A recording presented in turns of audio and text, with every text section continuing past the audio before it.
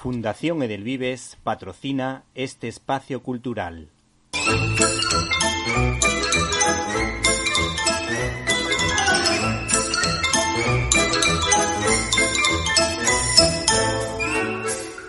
Estás escuchando Directo a las Estrellas. Víctor Alvarado. Nuestro invitado de esta semana viene vestido con un kimono y con una katana muy cinematográfica, pues es el que más sabe de Hirokatsu Koreda. Se llama Muñoz, Miguel Muñoz Garnica, y es el autor de Koreda, editado por Cátedra. Buenas tardes. Muy buenas tardes. Se percibe que este libro viene de una tesis doctoral en la que la amenidad y la profundidad no están reñidas, siendo un entretenido ensayo sobre un gran cineasta. ¿No es verdad? Hombre, confío en que sí, que sea tal como dice. Bueno, ¿y qué destacarías de la obra y por qué decidiste hablar de este autor?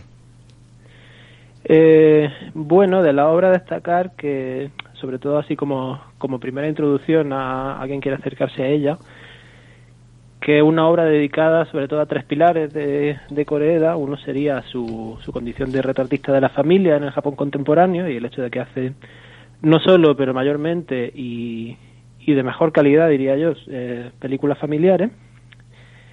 Otro de los pilares sería su cierta sensibilidad política muy sutil, pero que está en muchas de sus películas, una mirada comprometida, digamos, con un Japón más desfavorecido, menos representado, y por último una cuestión de la representación de la memoria, que yo creo que es fundamental en Koreda, el hecho de que un cineasta constantemente preocupado por la memoria personal, ¿no? Y por cómo trasladarnos ese ejercicio de memoria como espectadores. Y el por qué, bueno, pues es una historia larga, pero empieza oficialmente en 2015, cuando la Universidad de Navarra empieza una tesis doctoral y buscando entre mis directores de tesis y yo, inquietud en común, descubrimos que los tres éramos forofos de Koreda, y mi descubrimiento de Koreda se remonta a unos años atrás, cuando yo empiezo a ver su cine, y sobre todo cuando pude ver en el Festival de San Sebastián de Tal Padre Tal Hijo, que ya había visto algo suyo, pero fue como el nuevo flechazo con Koreda. Luego tuvo una visita aquí a España, que se presentó en Madrid una retrospectiva de su obra, y ahí ya empecé a meterme en ella y a ver todo lo que pude, y 2 años después de eso pues fructificó en el comienzo de una tesis que llega hasta este momento en el que estamos hablando, pues casi 10 años después, en el que se ha dado pie a un libro. O sea que es un proceso largo de trabajo el que hay aquí, del flechazo a comenzar el trabajo, a terminar la tesis, y luego el proceso de adaptación de la tesis al libro que se vende con la editorial Cátedra, ¿no? ¿Y has podido hablar con él personalmente? Sí, un par de veces he podido hacer la entrevista, siempre en el Festival de San Sebastián, que en eso ha sido una maravilla, porque es un cineasta muy querido por el propio festival y por la ciudad, y siempre que viene con sus entrevistas, y sí he podido hablar con él. Sí, yo doy fe también de que es un buen director, y he visto muchas de sus películas, sobre todo la última, todas las relacionadas con la familia. Siempre me llama la atención su enfoque y la forma que tiene tan exquisita de tratar los temas.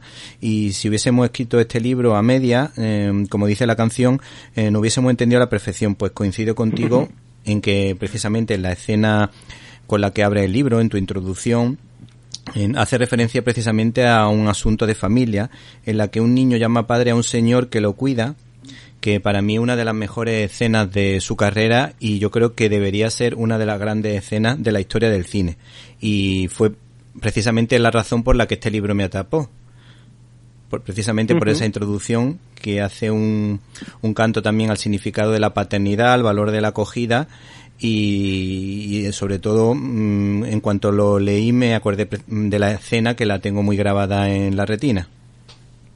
Sí, también esa escena es que la escogí porque es muy significativa de Koreda, porque una de las cosas que más me interesa de ella es que el niño lo llame papá cuando ya no están juntos, y en un susurro que solo podemos oír nosotros, porque al final es una forma de representar a la familia que nos dice que hay un montón de obstáculos para que digamos, desde una convención social podamos llamar familia a ese núcleo que se ha formado ahí, pero Koreda tiene una mirada absolutamente comprometida que nos hace, digamos, partícipes de esos afectos, y hace que el papá de ese niño sea pronunciado en complicidad con nosotros como espectadores, porque al final nos hace responsables de que llamemos familia a eso que se forma. Y ahí está, digamos, muy condensada la sutileza de Koreda, ¿no? Como de forma muy a la sordina y dice cosas muy grandes.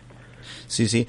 Bueno, hace un par de años también me leí el libro de Wong Kar-wai y me ha llamado la atención porque coinciden en bastantes cosas las vidas personales del director coreano y del director japonés, porque de alguna manera tanto uno como otro hablan de que a través de sus madres conocieron el cine clásico y a los grandes directores de cine. Y también en un segundo plano, por ejemplo, Koreda habla del sufrimiento de su padre, que fue militar en Japón y, claro, participó en la Segunda Guerra Mundial y se entiende que sufrió el gulag de la Rusia comunista cuando los rusos recuperaron el terreno que los japoneses habían conquistado a los chinos. Sí, cuando los japoneses recuperaron Manchuria, que por cierto, justo ese rasgo biográfico de Koreda, que yo también leí ese libro de Wong Kar-wai, que me gusta bastante, me llamó mucho la atención justamente, sí. Y sí, la figura del padre, lo que cuenta Koreda es que lo poco que hablaba su padre de su pasado era que eso, cuando la guerra acabó y Manchuria se desocupó por Japón, Rusia tomó a los soldados japoneses como prisioneros de guerra y en el caso de Koreda lo tuvieron 10 años en el campo de prisioneros y el hombre salió de allí pues bueno, en una situación muy desfavorable. Y ahí está un poco... En el libro yo trato de explicar que ahí está la razón de que Koreda viviese en una familia muy humilde, más bien pobre, muy desfavorecida, y cómo de esas condiciones de vida, justo en una época donde Japón estaba en un boom económico muy grande, que Koreda no experimentó, viene también su sensibilidad política y su sensibilidad familiar, ¿no? Sí. Como es un cineasta que habla de sectores más desfavorecidos, pues bueno, porque lo vivió en sus propias carnes. Y con respecto a su madre y al cine que vio con su madre, ¿cuáles son sus referentes del cine americano o del cine europeo? Pues respecto al cine con su madre, lo que yo he podido sacar de sus entrevistas, teniendo en cuenta que no es un director excesivamente amigo de hablar de su vida privada, pero de su madre siempre habla con cariño. Él cuenta que le gustaban sobre todo actrices clásicas, que le gustaba Joan Fontaine, Katharine Hepburn, si no recuerdo mal, y alguna más. Sí. Y también es muy entrañable una anécdota que cuento en el libro de cómo su casa, bueno, era un poco jaula de grillos y había muchísimas discusiones y muchas peleas, pero que su madre, en cuanto estaba en una película de cine clásico americano, las paraba todas y decía que aquí se veía la película y luego se seguía la discusión, ¿no? Ah, mira, pues claro, una buena forma de calmar los ánimos. Totalmente. Bueno, pues con respecto a eso también a mí me llama la atención en el libro dos detalles para mí importantes en relación al tema de la familia, que yo creo que es uno de los puntos fuertes de este director. Tú dices que es una persona más bien introvertida y que no le gusta hablar un poco de su familia, pero la verdad que todas las declaraciones que vemos aquí en el libro, yo veo todo lo contrario. Veo que es una persona que se abre y cuenta detalles bastante importantes de su vida interior. A mí me llama la atención cuando los japoneses tienen fama de ser herméticos, pero aquí tengo la sensación de que cuenta muchas cosas. Sí, sobre todo porque esa especie de pudor que pueda tener más con su historia familiar no lo tiene consigo mismo. O sea, sí que es cierto que es un tipo que digamos que es muy autocrítico con su propio rol familiar y él cuenta mucho cómo su cine refleja un proceso en el que él pasa de convertirse en un hijo con ciertas cuentas pendientes con su familia a convertirse en un padre que termina resultando un poco falible, dice él, y que sus películas ninguna de sus películas cuenta su vida realmente, pero sí que se inspiran mucho en sus propias vivencias y la llevan a una ficción diferente, pero en la que él se refleja. Y bueno, eso claro, es muy consecuente de su cine con su vida, aunque él no cuente expresamente datos biográficos, sí que cuenta sus grandes dudas y sus grandes inquietudes, y una pregunta tan transversal a todo su cine, que es qué significa eso de ser padre y cómo y qué es lo que hace que uno sea buen padre y crea una conexión con su hijo, ¿no? Sí, y con su familia en general. A mí me han llamado la atención precisamente dos términos y lo comentaba contigo esta mañana, que era el término de Shomingeki, que hace referencia creo que al cine clásico, y también el tema Yuchi, que hace referencia a temas familiares o amigos como muy entrañables, y también el término de un padre blando al que los hijos se le suben a las barbas, que a veces pierde un poco la autoridad, pero es muy querido o tiene un cariño especial por su hijo. Sí, bueno, el término Somingeki tiene un poco de recorrido. Si quieres que me explaye un poquito... Sí, bueno, si lo puedes contar más o menos en 2 minutos no hay problema. En la entrevista da tiempo. Sí, pues bueno, sobre el tema Somingeki es un género, o más bien una tendencia dentro del cine japonés, que se ubica en la época clásica del cine japonés, entre los 20 y los 60, y es un cine que así muy a grandes rasgos lo que hace es contar historias muy cotidianas de las clases populares del país, que tiene un origen muy interesante porque es un género que surge en los años 20, ya digo, cuando Japón, bueno, en la zona de Tokio se ve arrasada completamente por un terremoto, se vacían los estudios cinematográficos de Tokio, se van todos a Kioto, y los pocos que se quedan allí con los pocos medios que tenían, pues deciden hacer un cine con lo opuesto y empiezan a hacer películas sobre vidas de oficinistas, de estudiantes, de amas de casa, y sin embargo descubren que tiene un éxito enorme, y así hace el Somingeki, por la idea de que a los japoneses les gustaba verse a sí mismos en la pantalla, y tanto éxito tuvo pues que es un cine que se prolonga durante décadas, ya digo, hasta los 60, y en directores muy conocidos de Japón, como pueda ser sobre todo Yasuhiro Ozu, Miki Naruse y unos nombres un poco más marginales. Sí. Y lo interesante de Koreeda de cara al Somingeki es que es un género que cuando el cine japonés entra en crisis en los años 60, como los cines de todo el mundo, lo que pasa es que fue especialmente brutal esa crisis en el cine japonés. El Somingeki desaparece por completo, entendido, ya digo, como movimiento más que como género. Y Koreeda yo creo que es el único director que lo ha retomado con tanta constancia, ¿no? Esa idea de contar la sociedad japonesa a través de sus pequeñas historias y de su familia. Y el tema del padre ese blando y el término ese yuchi como un término cariñoso. Bueno, el término uchisoto es que viene de estudios sobre la antropología japonesa. Sí. Que ellos dicen básicamente que el japonés tiene un sistema relacional con su entorno entre lo que llama uchi, que sería el dentro, y el soto, que sería fuera. Entonces, dentro del uchi, tradicionalmente un japonés ubica a su familia, a su comunidad de vecinos y a sus amigos, y dentro del soto, pues, a personas que no forman parte de su círculo de confianza y con las que hay que tener una relación más formal.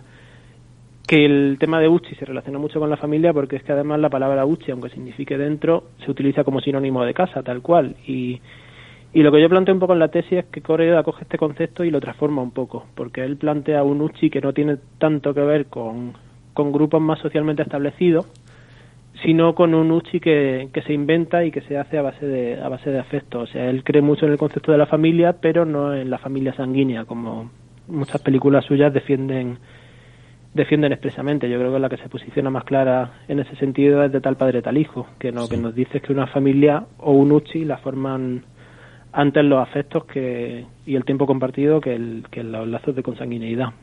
La verdad que ese término es muy bonito. Sí, sigue, perdón. Sí. Nada, y ya que menciono De tal padre tal hijo, también es un ejemplo de una contraposición de paternidades, ¿no? Que ahí está el padre protagonista, que es el padre tiránico, tiránico quizás sea un poco fuerte, pero el padre estricto, más basado en, digamos, una lógica de competitividad, y el padre cercano, el padre al que, como dices tú, los hijos se le pueden subir un poco a las barbas, pero que al final en esa relación de cercanía con su hijo termina construyendo algo más estrecho, ¿no? Sí, yo la verdad que he disfrutado mucho con las películas de Yasuhiro Ozu, como, no sé si Primavera Otoñal, por ejemplo, o por ejemplo la de los cuentos de Tokio, pero por otra parte también han mencionado que Koreeda es el único que mantiene el tema de la familia, pero también me ha llamado la atención, por ejemplo, Yoji Yamada tiene también un par de películas bastante interesantes y creo que también complementan a lo que acabas de decir.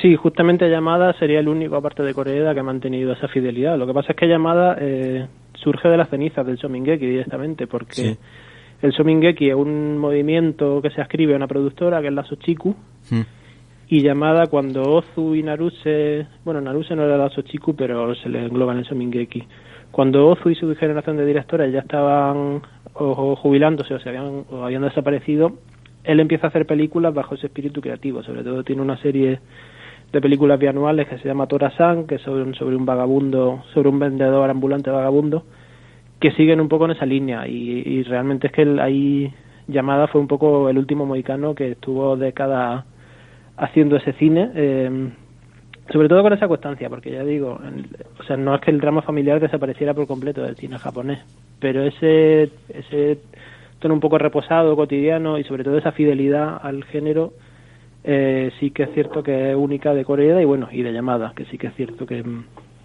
bueno, ahí sigue todavía, manteniendo con 90 y pico años, sigue haciendo películas el hombre. Sí, bueno, yo cada vez que veo el cine japonés, también en el anime, veo muchos detalles que me gustan mucho de la cultura japonesa, quitando el tema del suicidio, porque es algo que yo creo que es un concepto que aquí en Europa no lo entendemos, sobre todo porque somos herederos del cristianismo. Pero me llama muchísimo la atención lo bien que cuentan las historias de familia también en el anime japonés, y por otra parte el respeto que tienen a sus mayores. Uh-huh. Sí, bueno, yo anime no veo tanto, la verdad, porque sí. Mi investigación ha ido más por cine de imagen real, pero sí, el tema del respeto a los mayores, por ejemplo, sí que está muy presente, aunque bueno, justo el cine de Koreeda tiene una relación un poco más ambivalente con estos personajes de los padres mayores, que los expone como un poco más problemático en algunos sentidos, pero desde luego sí, ese respeto está. A mí la primera película que yo vi de este cineasta fue Still Walking, y a partir de ahí fue cuando ya he empezado a seguir su trayectoria, porque me llamó mucho la atención la forma en que trataba ciertos temas. Escribí la crítica de la película y se observaba como la forma de vivir de 3 generaciones distintas, nieto, padre y abuelo. También me llamó la atención el enfoque que dieron, sobre todo cuando ellos creo que bajan una escalera por una montaña, porque me recordó a una foto que mi hermana estaba empeñada en tener, que era la foto de mi abuela, de mi madre y de ella, las 3 juntas en un cuadro que las recogía de modo independiente, pero que a la vez estaban todas unidas. Y me llamó precisamente esa idea de la unidad de la familia a pesar de los problemas, y luego leyendo el libro me he dado cuenta que de alguna manera la forma de que buscó Koreeda de reconciliarse fue a través de películas de este tipo con sus padres, porque no le había podido dedicar el tiempo suficiente o algo así, y trataron de buscar remedio. No sé si también coincide esto con la película de nuestra hermana pequeña. No sé, creo que guardan cierta relación las dos películas. Sí, hombre, Still Walking en el libro lo cuento eso, sí, que Koreeda la hizo expresamente porque se murió su madre poco antes de hacer la película, su padre había muerto 2 años antes, y se encontró con que tenía muchas cuentas pendientes con ellos, que no había terminado de hablar, y que él había pasado, desde que se hizo director de cine, se había distanciado más de ellos, y entonces hace esa película desde el arrepentimiento y desde el deseo también de esa cierta catarsis, ¿no? Sí. Y él cuenta incluso que tenía otros proyectos en marcha y lo interrumpió y hizo Still Walking como de forma muy muy distintiva. Y yo creo que ahí el personaje protagonista, el que interpreta a Hiroshi Abe, es un trasunto de Koreeda, ya digo, que sí, no, como decía antes, no tiene ningún rasgo biográfico de Koreeda, sí, pero sí que tiene muchas inquietudes comunes.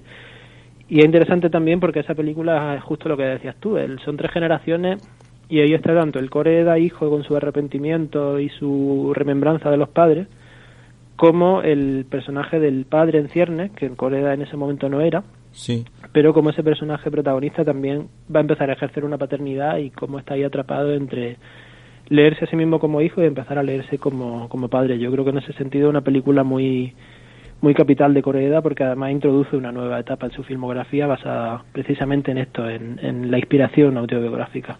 Sí, en nuestra hermana pequeña hay una frase importante que es la memoria de los padres ausentes, y me llamaba a mí la atención también, leyendo el libro, detalles muy curiosos de cómo ella y su hermana estuvieron bastante unidos, precisamente recopilando toda la memoria que tenía su madre a pesar de tener demencia senil, la memoria que le sirvió para llenar 5 o 6 libretas y de alguna manera poder contar con mayor detalle o poder reflejar bien el efecto que hace la memoria en las personas.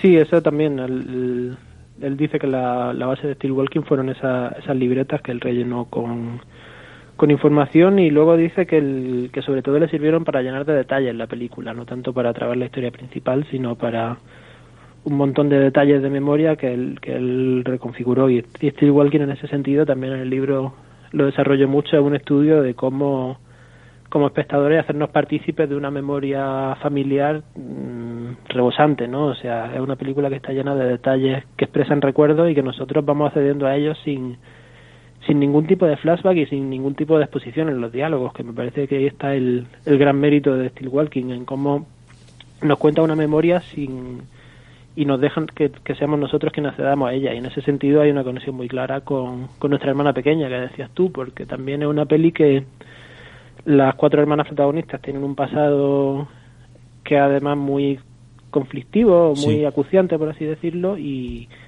de ahí tenemos un acceso más indirecto todavía, porque los padres están completamente ausentes en la película y sin embargo a base de pequeños detalles, de comida, de objetos, de recuerdos, va surgiendo todo un mundo. Y Koreeda, en ese sentido, me parece muy llamativo que sea un director de la memoria tan claramente y que nunca, salvo en una película, haya usado el recurso del flashback, ¿no? Sí. Como siempre cuenta las cosas en presente.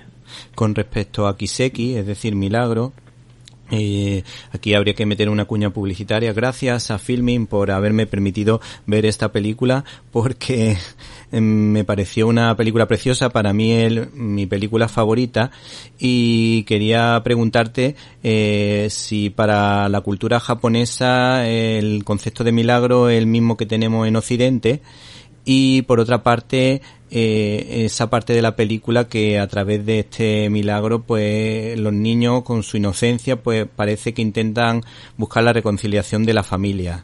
Esos son dos detalles potentes de esta película que a mí desde luego pues me encanta.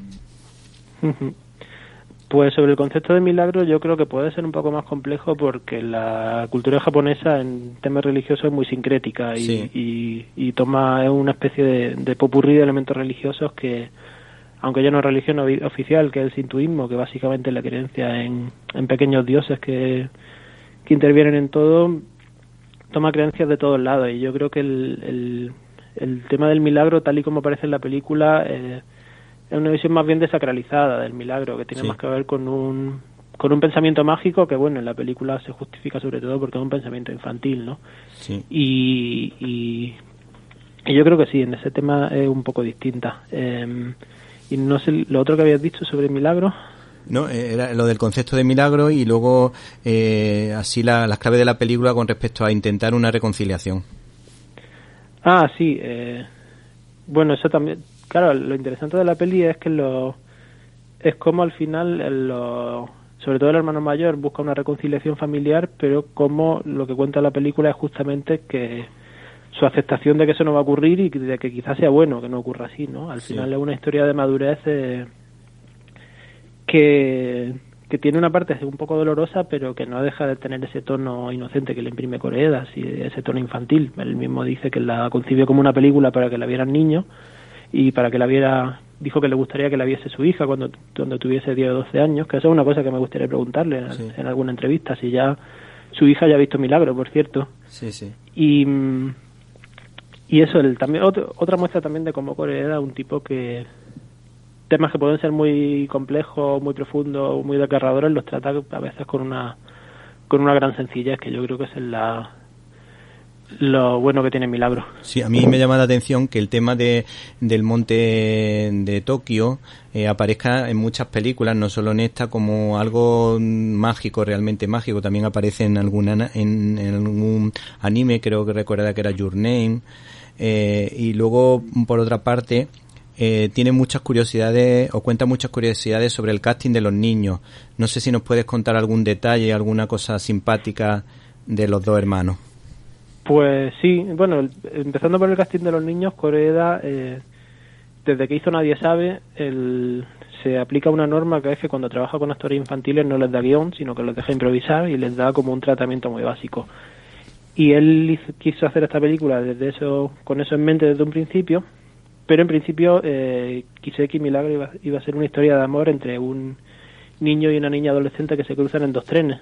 Pero haciendo el proceso de casting le llegaron 2 hermanos, que son Koki y Oshiro Maeda, los que vemos en la película, y él los vio juntos y en principio seleccionó al mayor, pero viendo la química que tenían, dijo que que ahí se le presentó la oportunidad para que los dos fueran coprotagonistas y interpretaran hermanos de verdad. Y una vez lo escogió y seleccionó el resto del casting en base a su hermano y en base a su química con ellos, se dio cuenta de que eran cómicos televisivos, que ya habían tenido muchas apariciones en la tele, pero que no lo dijeron en el casting y Koreda no lo sabía, parece ser, y se encontró con esa sorpresa.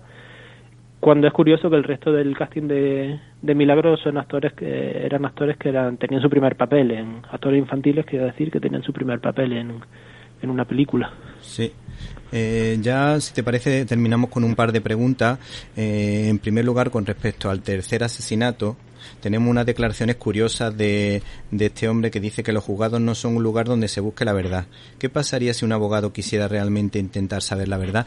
Y a mí me ha hecho pensar un poco con respecto, por ejemplo, a una noticia que ocurrió hace un par de semanas o algo así, en la que un señor mayor de unos 74 años se defendió en su casa en el campo con la escopeta y mató al que iba a robar, pero claro, es que el señor tenía 20 años y entró con una sierra eléctrica rompiendo la puerta y todo. Nos imaginamos el susto de este señor y claro, la lógica defensa, porque una persona de 74 años lógicamente con una de 20 no podía defenderse, pero es que lo peor es que este señor ha ido a la cárcel. Entonces, a mí me ha llamado la atención también precisamente eso, que para él el importante tema de la justicia, pero me llama la atención que el tema de la justicia es un poquito distinto al concepto de justicia que tenemos en España. Bueno, es que, o sea, sí, no, porque yo creo que realmente el tercer asesinato lo que hace es plantear una idea de justicia que va más allá de lo que incluso es posible dirimirse en un juzgado. O sea, Koreda plantea una situación en la que los abogados son como muy pragmáticos y buscan fórmulas para sacar la mejor resolución posible para sus clientes y no piensan en términos de verdad o mentira, pero al final yo creo que lo que la película termina por plantear es que la justicia no es solo una cuestión de legal o jurídica, sino también habla un poco de la justicia social y de cómo personajes más desfavorecidos que otros terminan cayendo en el crimen y cómo plantea la posibilidad de que ese crimen, un poco en la línea casi del naturalismo, diría yo, de la literatura francesa, cómo el entorno dictamina el crimen y cómo al final la situación injusta es que a algunas personas se le ha puesto un entorno y a otras en otro. Yo creo que la película no es nada tajante en ese sentido, lo que hace es abrir interrogantes y no tanto cerrarlos, pero me parece que lo interesante de ella es que termina un poco trascendiendo lo que sería más estrictamente judicial, ¿no? Sí.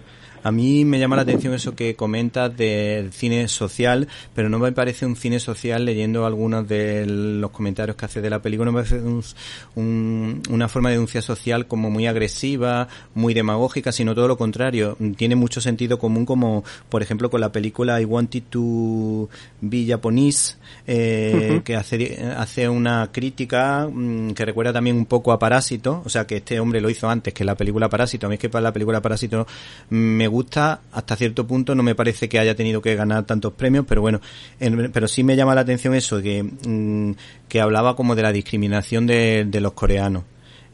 ¿Tú crees que es un hombre relativamente objetivo, que busca un poco la justicia social, pero con cierta cabeza? Yo creo que sobre todo no es su tema principal. Sí. O sea, está claro que Koreda no es Ken Loach, por ejemplo, aunque él dice mirar a Ken Loach, pero son cineastas muy diferentes y tampoco es Parásito, que es una película que a mí también me genera ciertas dudas. Yo creo que Koreda, aparte de, acredita situaciones de desigualdad en la sociedad japonesa y un asunto de familia, por ejemplo, lo dice de forma clara, o también en sus documentales, pero al final él lo que explora son otras cosas. Él plantea como esto está aquí, está en estas situaciones, a partir de aquí, ¿qué podemos construir? Entonces, lo último que hace es denunciar. ¿Que su cine puede tener efectos denunciativos como ocurre en Nadie sabe, por ejemplo? Pues sí, pero no creo que no son películas de denuncia y no creo que sea lo que... sé que no es lo que él busca expresamente. Bueno, ahora si te parece, para terminar, terminamos con una receta de cine exótico, pero al revés, porque... te queremos preguntar sobre cómo funciona el cóctel cine de autor, Juliette Binoche y Hirokatsu Koreda. Pues para mí funciona bien. A mí es una película que tuve que verla varias veces para pillarle el punto, porque además recuerdo que la primera vez que la vi, que fue en el Festival de San Sebastián, tenía que escribir una crítica así más inmediata sobre ella y no lo hice porque no sabía qué decir, sinceramente. Sí. Creo que es una película muy muy esquiva en lo argumental, pero que una vez entiendes lo que Koreda quiere contar, que es como, poniéndolo a grandes rasgos, una historia de reconciliación familiar a través de la memoria y no de una memoria objetiva, digamos, no de una memoria biográfica, sino de una memoria filtrada por la ficción. Ahí creo que tiene cosas muy bonitas y al final es el tema Koreda, la relación materno-filial en este caso, y cómo una ficción que es una película que rodan dentro de la película, que en principio no debería decirnos nada sobre el tema, termina obrando la reconciliación y al final nos dice algo sobre el propio cine de Koreda, ¿no? Como instrumento de memoria y de revelación personal. Bueno, pues nos quedamos ya con estas últimas declaraciones de Miguel Muñoz Garnica, autor de Hirokatsu Koreda, de Cátedra, y por supuesto con la valentía de Juliette Binoche al apoyar y apostar por películas con pocas posibilidades de taquilla, como son las de cine de autor, pero de las que han salido auténticas maravillas en muchas ocasiones. Muchas gracias, sí, Miguel, por tu aportación a este programa. Muchas gracias a vosotros y encantado de este rato de charla.